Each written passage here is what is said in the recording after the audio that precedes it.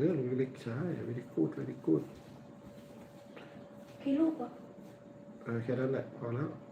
เฮ้ย ใช่ปึ๊บเนี่ยใช้ลูกปัดอีกก็ใช้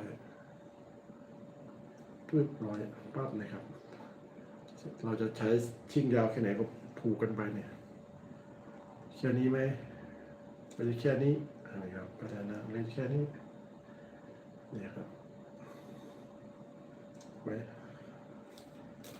ปัดนะเอาอยู่ประมาณสัก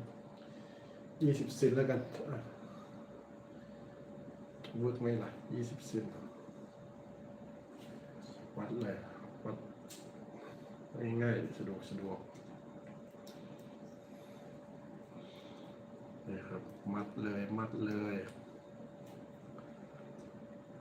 นี่ก็สะดวกตัดออกนิดนึง